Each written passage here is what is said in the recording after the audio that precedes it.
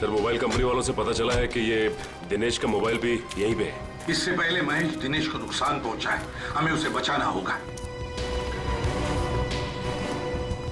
अरे सर दिनेश, चलो देखते हैं।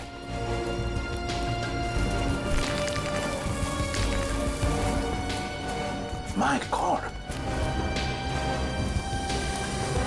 ये तो जिंदा है। सच, जल्दी से एम्बुलेंस बुला, जल्दी। फ्रेडी, जयवंती, देखो आसपास। Yes sir.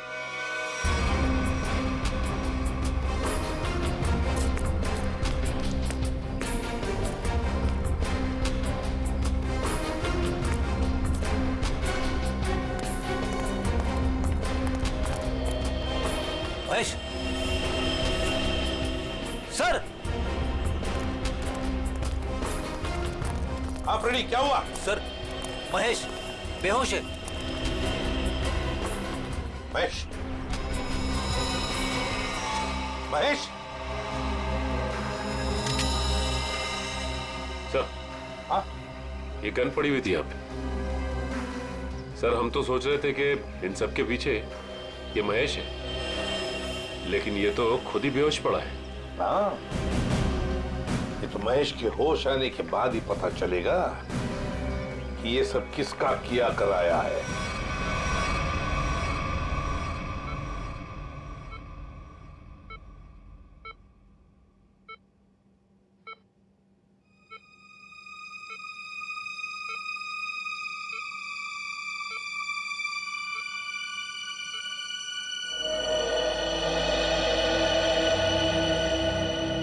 डॉक्टर साहब, अब कैसी तबीयत है मेरे पापा की?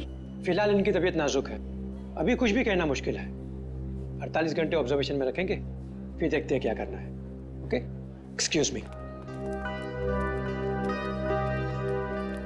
मैं कभी सोच भी नहीं सकती कि मेरा पति इतना घिनौना मुजरिम निकलेगा। पहले तुमने मेरी माँ को मार दिया और अब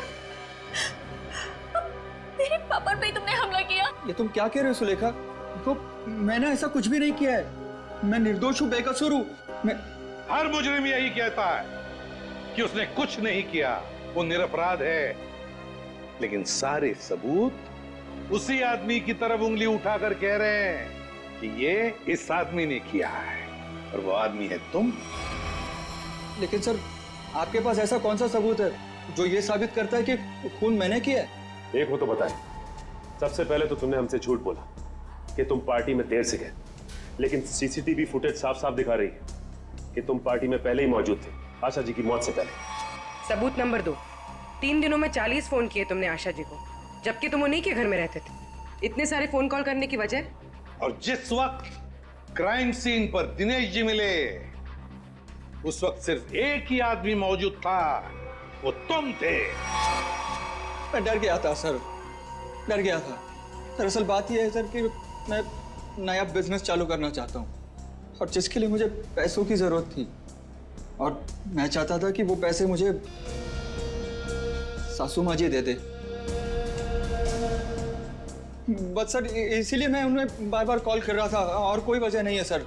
तो इनके कहने का मतलब है कि ये पार्टी में पैसे मांगने के लिए गए थे आशा जी से, है ना? हाँ सर, तो फिर मैंने देखा कि ये लोग बिजनेस के लिए मुझे पैसा नहीं दे रहे, और सासू माँ को लाखों करोड़ों के गहने दिए जा रहे। और तुमने गुस्से में आकर मार डाला आशा जी को? नहीं नहीं, मैंने उन्हें नहीं मारा, मैंने कहा ना, मैं उनसे पार्टी में बात करने गया था, पर मेरे बात करने से पहले ही उनका मर्डर हो चुका था। नहीं नहीं नहीं नहीं महेश जी, कौन विश्वास करेगा तुम्हारी इन बातों पर? पहले तुमने आशा जी को मारा, फिर दिनेश जी के पीछे पड़े, और वो भी कहां पर? अंडर कंस्ट्रक्शन बिल्डिंग में। ये गलत इल्जाम है। मैं वहां पर उनसे भी बात करने गया था, मैंने नहीं मारा। ऑफिस में नहीं जा सकते थे, घर में नहीं जा सकते थे? उनसे बात करने में ऑफिस ही गया था, पर जब मैं ऑफिस पहुंचा सर, तो वो निकल चुके थे अपनी साइट पे सर, इसीलिए मैं साइट पर चला गया। पर जब मैं साइट पर गया तो सर मैंने देखा कि एक पट्टी वाले मुर्गे ने उन्हें धक्का दे दिया वहां से सर। आशा जी और दिनेश जी पर मम्मी ने हमला किया? हाँ सर। पंकज, ये तो उस आदमी ने किया जो दुनिया को दिखाना चाहता है कि ये किसी इजिप्शियन मम्मी ने खून किया है। पर वो हमारे परिवार के पीछे क्यों पड़ा है? अच्छा, डॉक्टर साहब कह रहे थे ना कि इस तरह की पुरानी और महंगी पट्टियां आसानी से नहीं मिलती। सचिन, सेंट्रल स्टेट लेबोरेटरी से पता लगाएंगे कि पट्टियां कहां से और कैसे मिली है।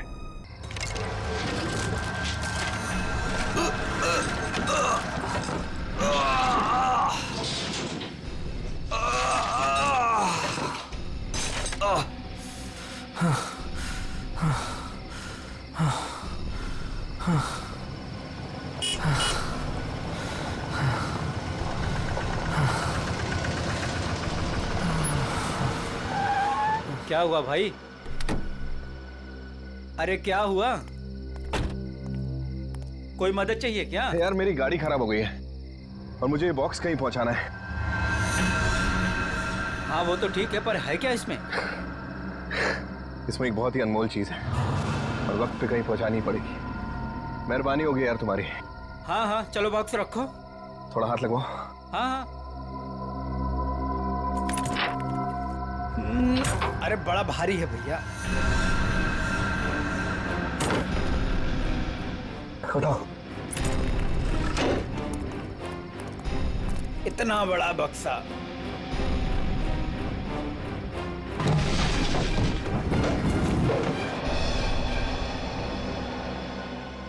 ये एड्रेस है, इस बक्से को इस जगह छोड़ देना। क्या मतलब है? आप नहीं आ रहे हो? एक मिनट, ये कुछ पैसे रखो, इसे सही जगह पहुंचाओ। बक्सा उतारिए। हाँ? मैंने कहा ना बक्सा उतारिए। अरे मुझे नहीं करनी आपकी मदद। अरे बेवकूफ समझा आपने? हाँ, बक्से में क्या है क्या नहीं है।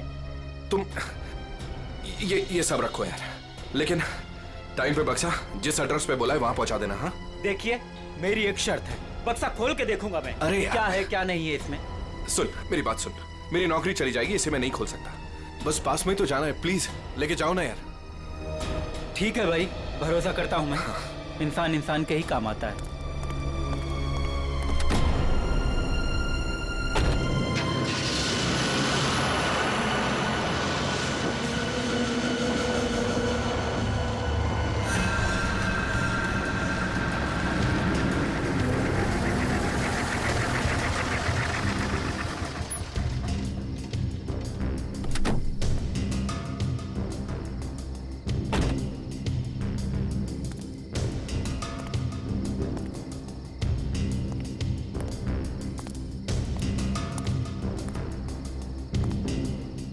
पता तो यही।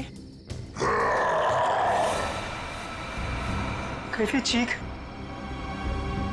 अपने को क्या बक्सा यहीं उतार के चलता।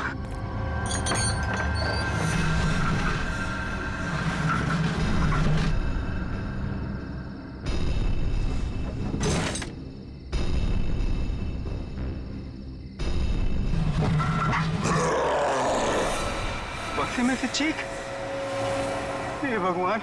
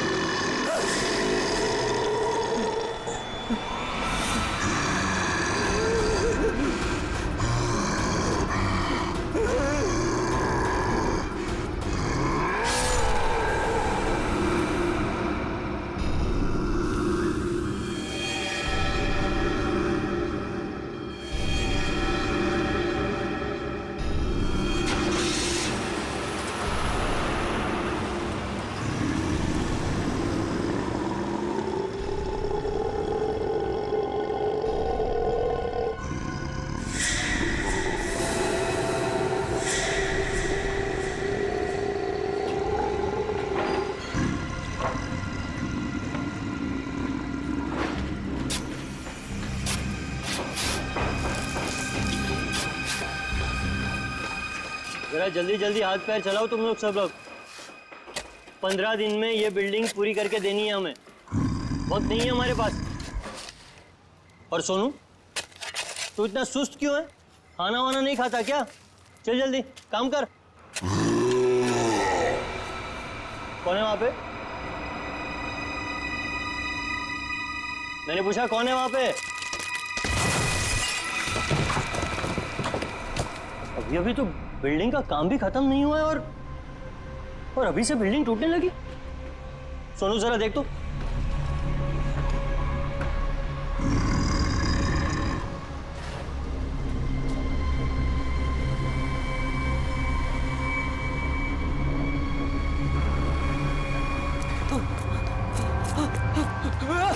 भागो, सब भागो ऐसे। सोनू, वरना सब मारे जाओगे। सोनू हुआ क्या? सब अरे हुआ क्या? किस चीज की आवाज थी? और ये चेहरे पर निशान कैसा है? पट्टियों वाला मुर्दा। मुर्दा? मुर्दा मुर्दा कुछ नहीं होता है, ये जरूर कोई चोर और घुसाया होगा। एक काम करो, सब लोग मेरे साथ चलो, चलिए मेरे साथ।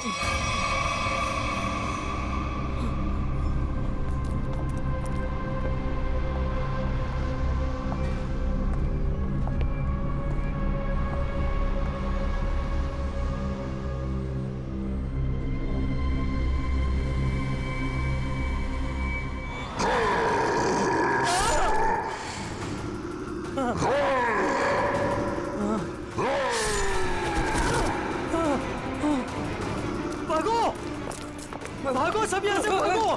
पट्टी वाला मुर्दा, भागो।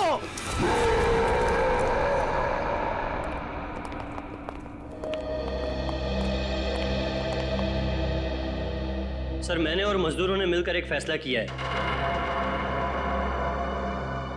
कैसा फैसला? कि हम आपकी बिल्डिंग में अब काम नहीं करेंगे।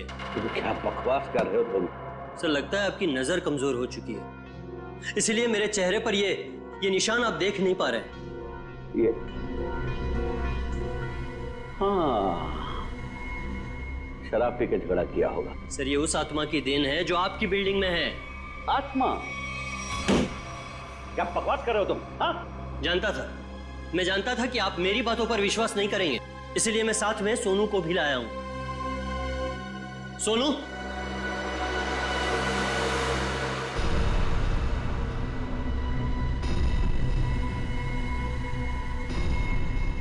देखिए सर, बेचारा इतना घबरा गया है कि कुछ बोल नहीं पा रहा है। सोनू, ये सब क्या है? साहब, पट्टी वाला मुर्दा और कौन है इधर? कौन है? कौन है उधर?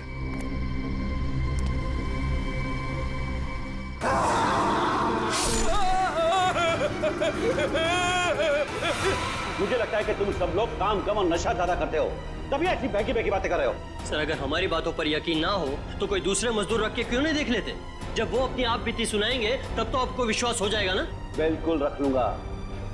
इस शहर में मजदूरों की कोई कमी नहीं है। इस शहर में काम की भी कोई कमी नहीं है।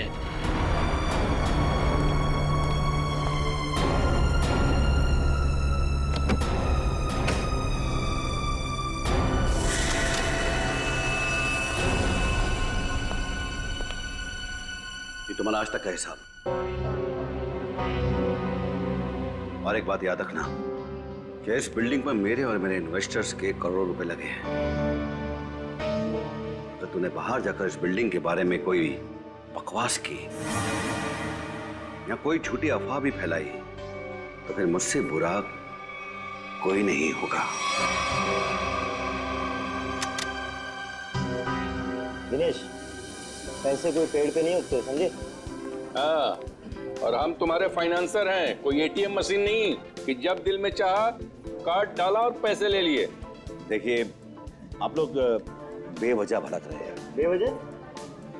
तुमने कमिटमेंट किया था, अब तक बिल्डिंग तैयार हो जाएगी, क्या हुआ? हाँ चंदू, मैं बिरयानी बना रहा हूँ, कोई 2 मिनट में बनने वाला बर्गर नहीं। जब आप लोग बिल्डिंग की क्वालिटी देखेंगे तो आप लोगों को खुद ब खुद ये एहसास हो जाएगा कि आप लोगों का पैसा बिल्कुल सही जगह लगा है।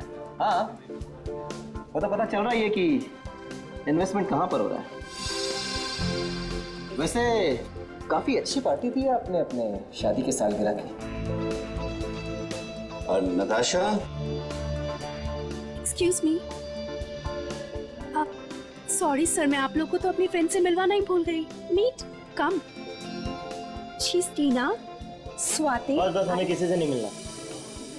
दिनेश, इस बार अगर तुमने जबान पलटी ना 15 दिन मतलब 15 दिन, दैट फाइनल? हाँ हाँ 15 दिन पक्का। और हाँ 15 दिन से ज्यादा हुआ ना तो तुम्हारा घर और भाभी जी के गहने बेच करके अपने पैसे हम लोग वसूल लेंगे, समझा? अरे पक्का कहाँ? दिनेश सुनो ना। एक्सक्यूज मी, आपकी भाभी बुला रही है। मन से एक्सक्यूज मी। जल्दी आइए ना। क्या है? दिनेश देखिए ना, मार्केट में नया हार आया है, आप कभी लेकर देंगे मुझे ये? बस हार और गहने, इन चीजों के अलावा तुम्हारे लिए और कोई चीजें इंपॉर्टेंट है ही नहीं। पति जी है हमारे, तुम्हें कोई फर्क नहीं पड़ता। मन तो करता है कि तुम्हारा गला दबा दूं।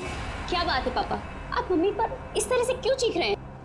मैंने सिर्फ सालगिरह का तोहफा मांगा था और ये ऐसे कर रहे थे मुझ पर। आशा, ये जो तुम्हारे ठाट बाट और ऐशो आराम है ना, वो केवल इसीलिए है क्योंकि तुम्हारा ये पति दिन रात गधे की तरह काम करता है। पापा अगर आपके पास इतना ही पैसा है ना तो थोड़ा हम पर भी खर्च कर दो प्लीज। पहले तो आपने फ्लैट देने के लिए मना कर दिया और अब जब मम्मी ने आपसे एक छोटा सा हार मांगा तो उसमें भी आपको दिक्कत है। तुम दोनों नालायक बच्चों को तो मैं कुछ दूंगा नहीं, और तुम लोग मेरे घर में रहते हो, इसी बात से खुश रहो।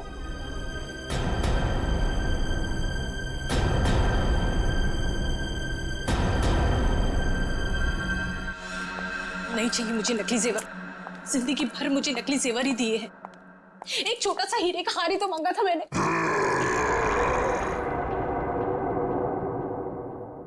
कौन कौन है वहां? कौन है वहां? कौन है वहां?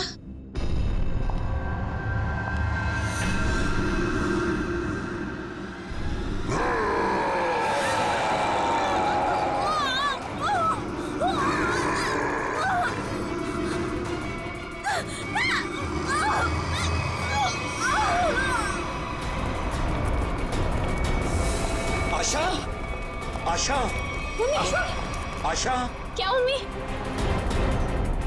आशा, सांस क्या हुआ मम्मी को? मर गई।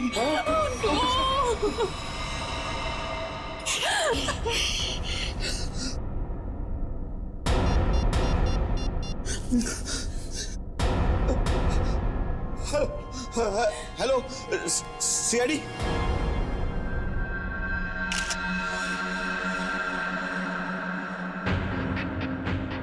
ये निशान देखा गले पे? हाँ सर, लगता है काफी जोर से गला दबाया खूनी ने। ये जो नेकलेस है ना, इससे पकड़ के घसीटा है, तभी निशान इतने गहरे हैं। शायद बिल पाइप के टूट जाने से मौत हो गई इनकी। सर खून के निशान कॉरिडोर में यहाँ तक आए हैं और आशा जी की चप्पल। अपने आप को बचाने में बहुत स्ट्रगल किया होगा इन्होंने,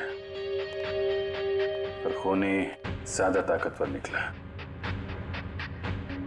एक्सक्यूज मी, एक्सक्यूज मी। एक सेकंड, एक सेकंड।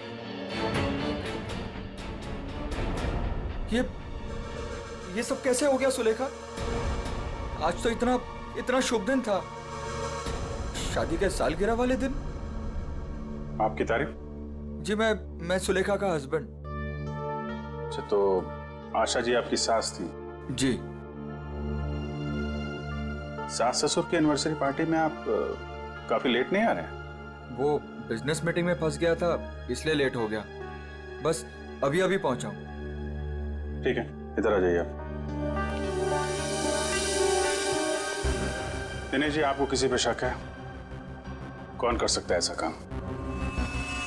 सर, मेरी वाइफ की किसी से कोई दुश्मनी नहीं थी। सर मैं यही कह रहा हूँ कि दिनेश ने खुद ही अपनी बीवी का खून करवाया है। सर हमने इसका झगड़ा सुना था, ये अपनी बीवी से कह रहा था कि मैं तुम्हारा गला दबा दूंगा। पति जी है हमारे, तुम्हें कोई फर्क नहीं पड़ता। मन तो करता है कि तुम्हारा गला दबा दूं। तो बकवास कर रहे लोग। अगर मैंने गुस्से में कुछ कह दिया तो इसका मतलब ये तो नहीं ना कि मैं सचमुच वो कर दूंगा। वैसे ऐसा हुआ क्या था कि आपको इतना गुस्सा आ गया कि आपने गला दबाने की धमकी दे दी, वो भी शादी की सालगिरह वाले दिन? सर, इसकी वजह भी ये लोग ही है। ये मेरे इन्वेस्टर्स हैं, अब मुझे एक एक पाई ऐसे देते हैं जैसे मुझ पर एहसान कर रहे हैं। तुम लोगों की मैं एक एक पाई चुका दूंगा, वो भी ब्याज सहित, समझे? तो दे दो ना। एक मिनट बिजनेस की बातें मत कीजिए। यहाँ पे खून हुआ है।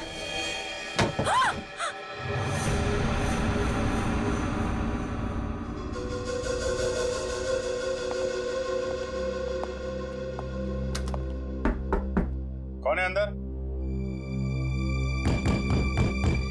दरवाजा खोलो।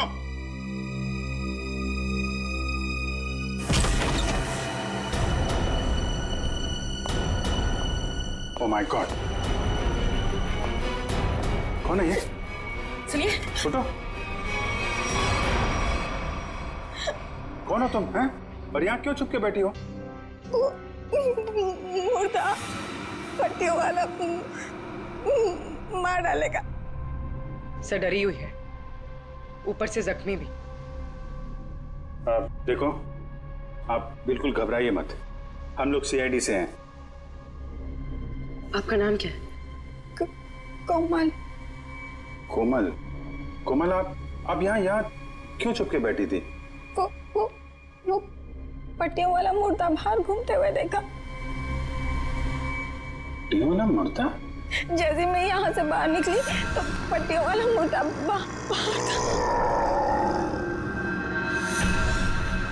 अच्छा ठीक है, तुम वो जो भी पट्टियों वाला मुर्दा था उसका स्केच बनवा सकती हो?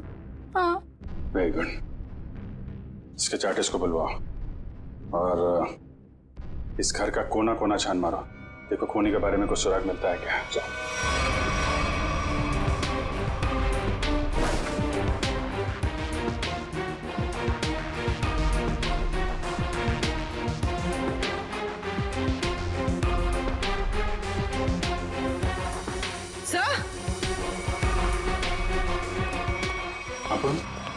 सर ये पट्टी मिली है। क्या? यहाँ पर। कोमल ने देखा पट्टी वाला मुर्दा और यहाँ पे पट्टी का टुकड़ा मिला। सर स्केच तैयार है। तो ये है वो पट्टी वाला मुर्दा। इस मुर्दे का और इस पट्टी का क्या राज है, जल्द से जल्द पता लगाना होगा। गले का हार बेचारी का फांसी का फंदा बन गया। जैसे ही खूनी ने हार खींचा, बेचारी कुछ नहीं कर पाई। सर वो आदमी गले का हार छीनने के लिए आया था, ऐसा लगता नहीं। वही तो सचिन, वही तो राज है। बड़ा अजीब तरीका ढूंढा खून करने का यार। हाँ जयवंती, डॉक्टर साहब को जरा स्केच दिखाओ। Yes sir. ये देखिए सर, ये मम्मी की ड्रेस है। मम्मी मतलब माँ? मम्मी नहीं प्रेडी, मम्मी। हजारों साल पहले जब इजिप्ट में राजा महाराजा मर जाते थे तो उनकी बॉडी को एम्बाम कर दिया जाता था। अलग अलग तरीके की सीक्रेट्स, दवाइयां, मरहम, बाम वगैरह लगा दिया जाता था उनकी बॉडी पर और बाद में इन पट्टियों से उसे ढक दिया जाता था। इससे मम्मी सड़ती नहीं थी। मर गए मतलब हजारों साल पुरानी लाश यहाँ पे आ गई और एक के बाद एक खून कर रही है। तो शायद अगला खून तुम्हारा होगा। मेरा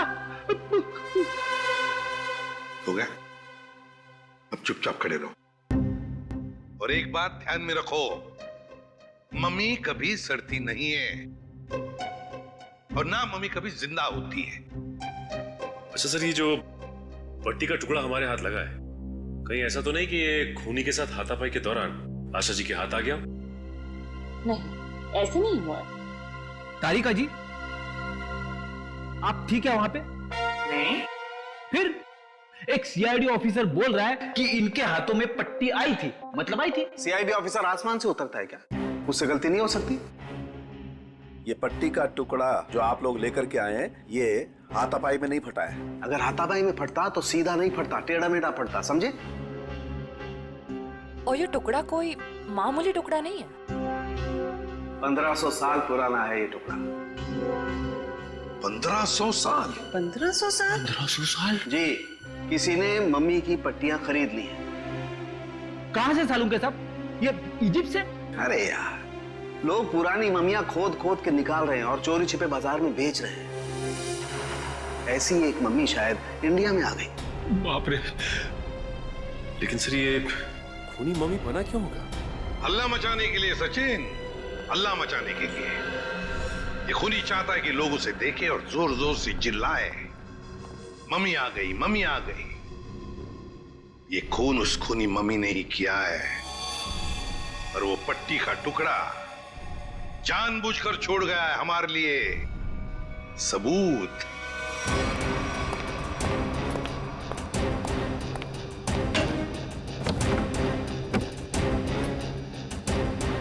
आज तो मैं इस मम्मी का काम तमाम कर दूंगा।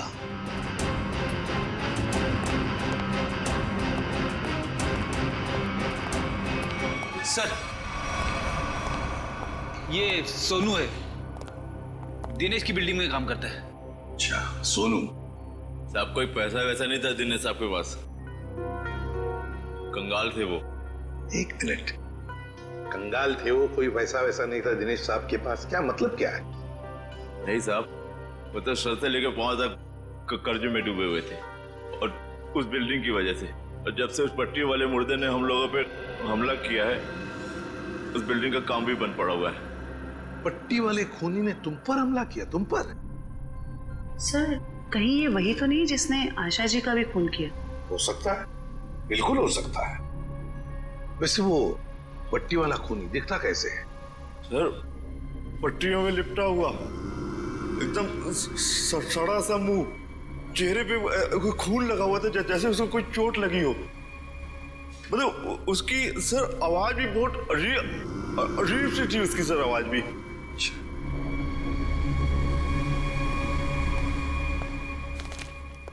एक मिनट,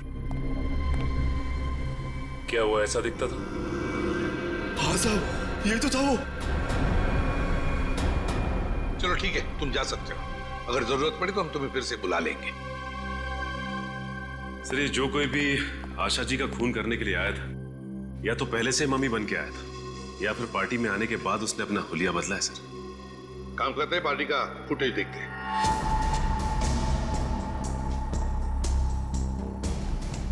एक मिनट, पॉज करो।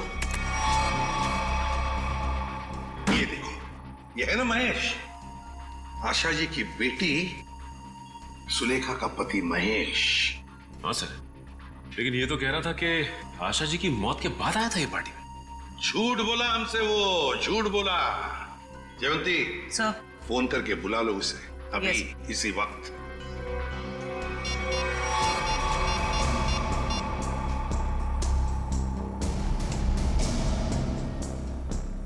सर, फोन नहीं उठा रहा है। महेश फोन नहीं उठा रहा है, उसकी आधी कारस्तानी तो इसी से समझती है। रेडी? मोबाइल फोन रिकॉर्ड्स निकालो उसके।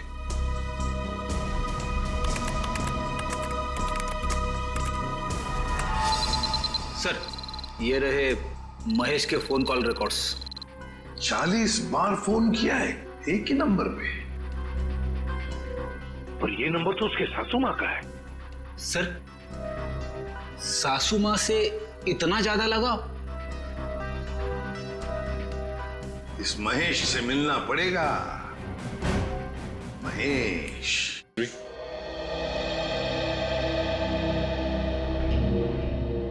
क्या महेश घर पे है इस वक्त? नहीं सर, महेश जी तो अभी घर पे नहीं है। लेकिन प्रॉब्लम क्या है सर? देखिए, महेश ने हम सबसे झूठ बोला।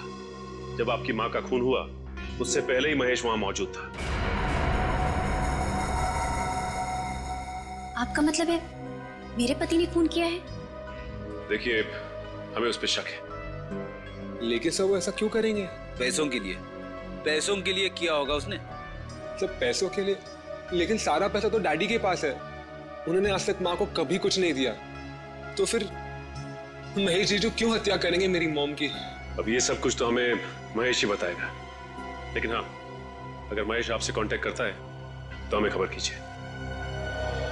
तो फ्रेडी, इस महेश का मोबाइल ट्रैक करो, सब पता चल जाएगा।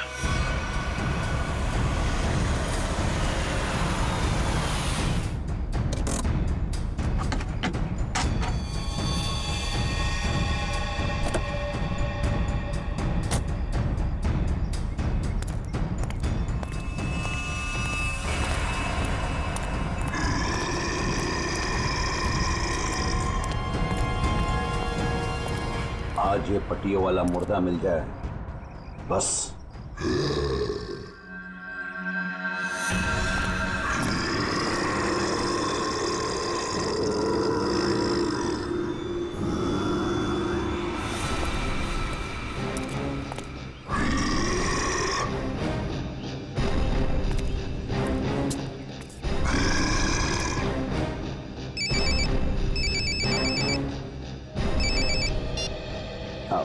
हेलो। हाँ हाँ जीतू भाई, हाँ आपके लिए खुशखबरी है। हाँ जी, बिल्डिंग का काम बहुत जल्द शुरू होने वाला है। कोई मजदूर वहाँ काम करने को तैयार नहीं है। क्या तुम वहाँ का सारा काम खुद करोगे? नहीं जीतू भाई, मैं उस वजह को ही खत्म कर दूंगा जिसके कारण सारे मजदूर डरे हुए हैं। आज उस पट्टी वाले मुद्दे का दी एंड है। मैं आपको बाद में फोन करता हूँ।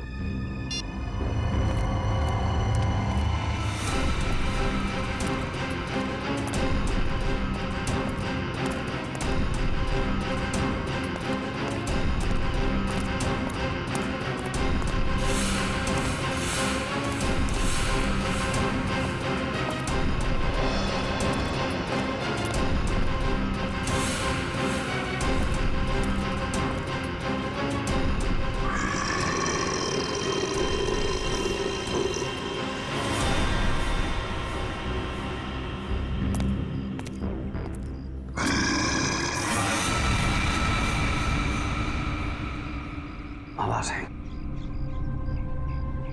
यहीं से आवाज आई। पट्टियों वाले मुर्दे, आज तू बचेगा नहीं, आज तुझे छोड़ूंगा नहीं मैं। गोली मत चलाना। तो तू ही ये सब कुछ कर रहा है और तूने ही आशा को भी मारा। नहीं, मैं ऐसा क्यों करूंगा? मैंने नहीं मारा। तू यहाँ क्या कर रहा है? मैं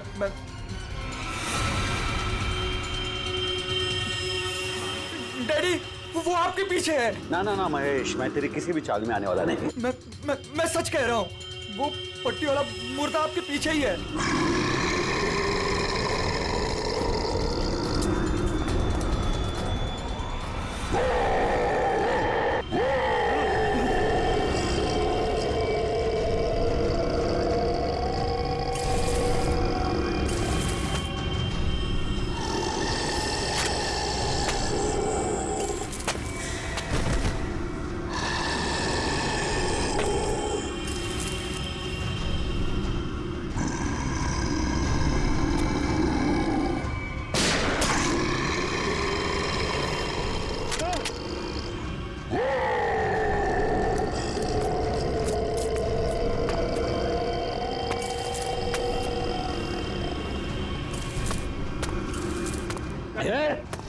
देखो भाई, तू मुझे माफ कर दे।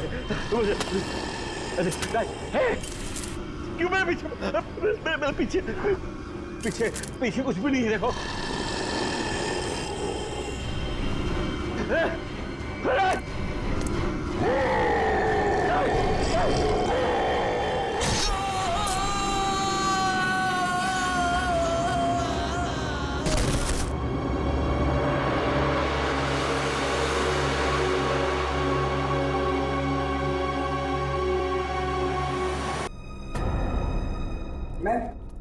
सीआईडी से आपसे मिलना चाहते। डॉक्टर चारू आप ही? हाँ, मैंने ही आपको फोन किया था। डॉक्टर चारू, इस पट्टी को पहचानती हैं? ओह माय गॉड, ये पट्टी आपको कहाँ से मिली? ये पट्टी तो हमारी लैब से चुराई गई थी। इस सिलसिले में एक डॉक्टर को काम से भी निकाल दिया गया। आइए।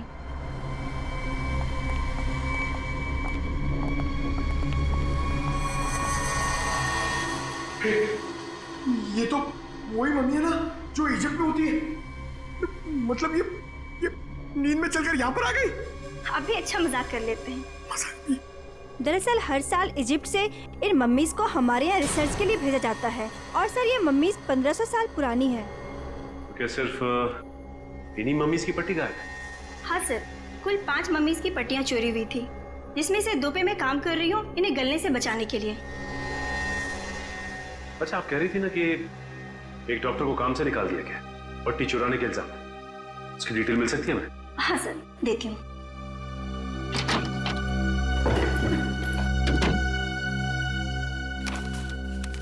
ये है सर मिस्टर ज्ञान। इन्हें काम से निकाल दिया गया। इन्होंने पट्टियां चोरी की या नहीं ये तो मालूम नहीं, लेकिन इन मम्मीज की देखरेख यही करते थे। और हाँ सर, उनकी एक पर्सनल असिस्टेंट भी थी। इनकी असिस्टेंट का कोई फोटो, नंबर या एड्रेस है आपके पास? वो उनकी पर्सनल असिस्टेंट थी, इसलिए हमारे पास उनकी कोई डिटेल्स नहीं है। सर, 5 मम्मीज की पट्टियां गायब है और खूनी खुद मम्मी बनकर दिनेश के परिवार के पीछे पड़ा है। क्या बोल रही? ये खूनी दिनेश के ऊपर दोबारा हमला करेगा। क्या हुआ डॉक्टर? आप पापा को इतनी अचानक से क्यों शिफ्ट कर रहे हैं? देखिए, इनकी हालत पहले से ज्यादा बिगड़ गई है। अगर इन्हें आरजे हॉस्पिटल भर्ती नहीं कराया गया तो इनका बचना मुश्किल हो जाएगा।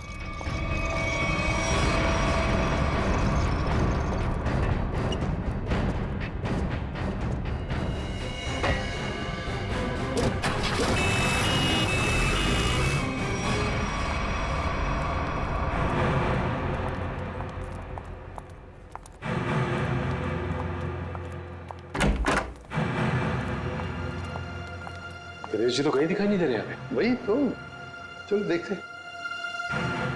अरे डॉक्टर साहब। हाँ जी, ये पेशेंट मिस्टर दिनेश कहाँ है? हाँ जी, उनको तो डिस्चार्ज दे दिया है। क्या मतलब तबीयत सुधर गई थी उनकी?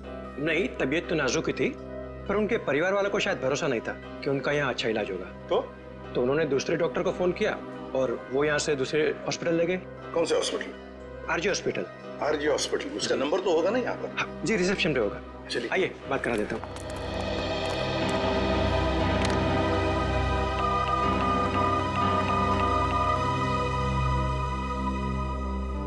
Hello, RJ hospital. देखिए, मैं एसीपी प्रद्युमन बोल रहा हूँ, सीआईडी से। आपके हॉस्पिटल में अभी अभी एक पेशेंट एडमिट हुआ है। दिनेश नाम है उनका। नहीं हुआ है?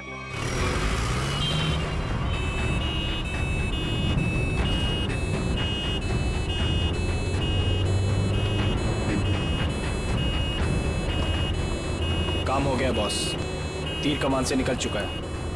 आप निशाना तैयार रखो।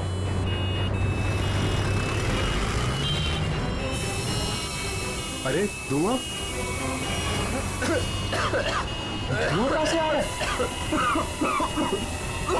अरे गाड़ी रोको, गाड़ी रोको, गाड़ी रोको।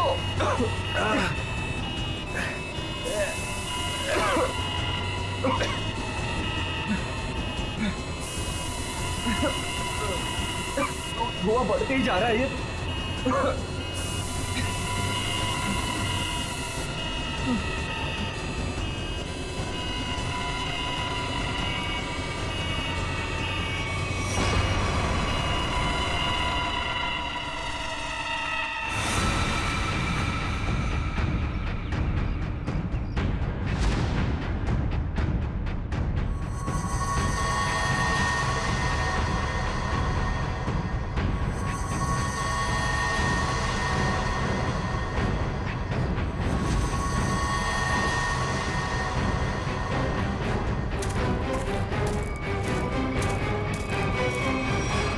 क्यों? अब तुम्हारे जीवन का मकसद पूरा हो गया? हाँ, पिछले 10 साल से मैं इसी दिन के तो सपने देखती आई हूँ। और देखो, आज मेरा सपना पूरा हो गया। नहीं नहीं, सीआईडी के रहते अपराधियों के सपने कभी पूरे नहीं होते। सीआईडी? क्यों डॉक्टर ज्ञान? पेशा डॉक्टर का, काम एक अपराधी का। देख क्या रहे हो? उड़ाओ सीआईडी वालों को।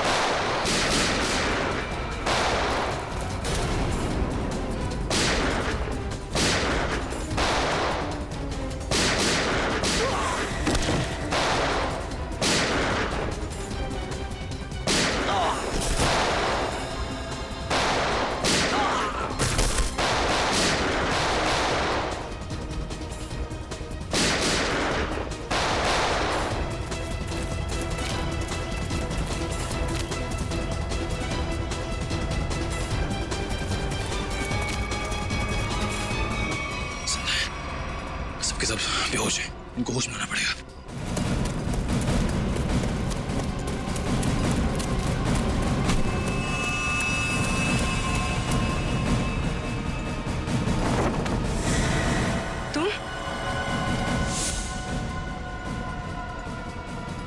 तुम जिंदा लोगों को मम्मीफाई करी थी ना, मैं तुम्हें सिखाती हूँ मम्मीफिकेशन किसे कहते हैं। अपराधियों को मम्मीज बनाने का काम हम करते हैं।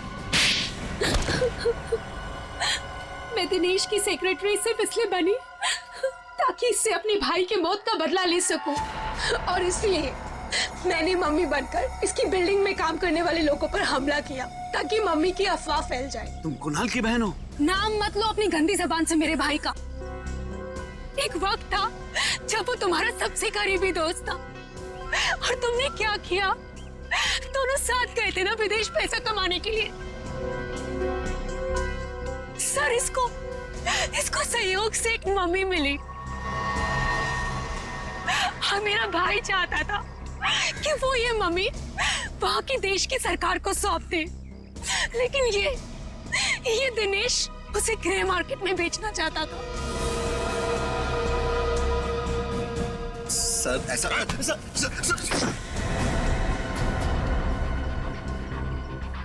जब कुणाल ने कहा कि वो पुलिस के पास जाएगा तो मैंने उसे मारकर जमीन में गाड़ दिया और मम्मी बेचकर अमीर बन गया। वाह, बहुत अच्छा काम किया तुमने। पैसों के लालच में तुमने दोस्ती को जमीन में गाड़ दिया। मुझसे गलती हो गई सर, मुझे माफ कर दीजिए आप। अब ये तो समझ में आ गया कि तुमने नताशा को नौकरी पे इसलिए रखा क्योंकि तुमने कुणाल की बहन को देखा नहीं था। अगर ये बात समझ में नहीं आई कि डॉक्टर ज्ञान इस सब में तुमने इसका साथ कैसे दिया? मैंने ये सब पैसे के लिए किया। पैसों के लिए अपराध के दलदल में कूद गए तुम। और नताशा, तुम्हें पता कैसे चला कि तुम्हारे भाई का खून इस दिनेश ने किया? जब कई दिनों तक भैया की विदेश से कोई खबर नहीं आई तो मैं उनका पता लेने के लिए इसके घर गई थी, और वहां मैंने सुना कि अपनी बीवी को बता रहा था कि किस तरह इसने मेरे भाई का खून कर दिया और उसे जमीन में गाड़ दिया। आशा ये सब पहले से जानती थी, और इसलिए मुझे उसको मारने का कोई पछतावा नहीं है। पछतावा होगा, तुम सबको बहुत पछतावा होगा जब कानून तुम्हें कड़ी से कड़ी सजा सुनाएगा, शायद फांसी।